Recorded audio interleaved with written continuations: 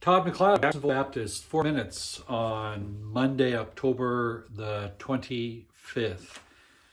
I told the story yesterday about the time when we were living in Miramichi and some friends came disguising themselves, although I kind of knew who they were. I did.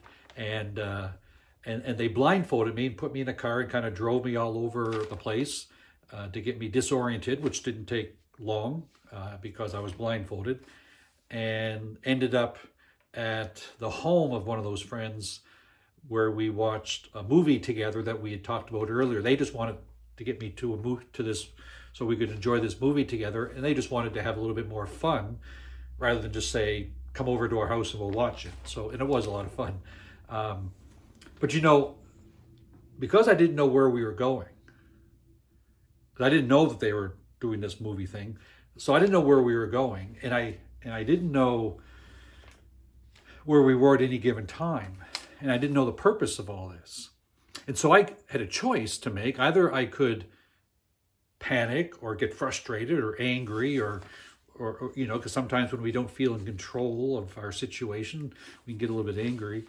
I could have reacted that way, or I could have reacted with a sense of trust. These people care about me, and they're my friends, and so I can trust that even though I don't know where we are and I don't know where we're going, they do.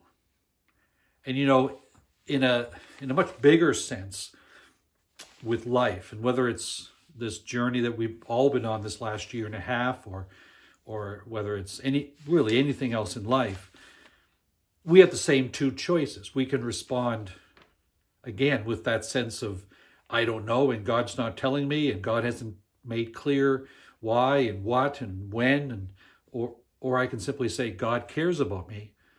God knows where and why and when and how, and whether he chooses to tell me or tell you at any given point or not doesn't change the fact that he knows. And many times he's trying to challenge us to trust him, to say, I don't have all those answers, but he does. Certainty in God, and not even certainty in, you know, God when he tells me, but even when he doesn't. Therefore, it's not certainty in the fact that, oh, God will give me the answers, but simply certainty in God, in who he is. And he cares about me and you. And we can trust him to know what he's doing, even when we don't, and to trust him in that. By faith, Abraham, chapter 12, verses 8 to 10. By faith, Abraham obeyed and went, even when God did not give him all the reasons and the whys and the whens and the wherefores and so on.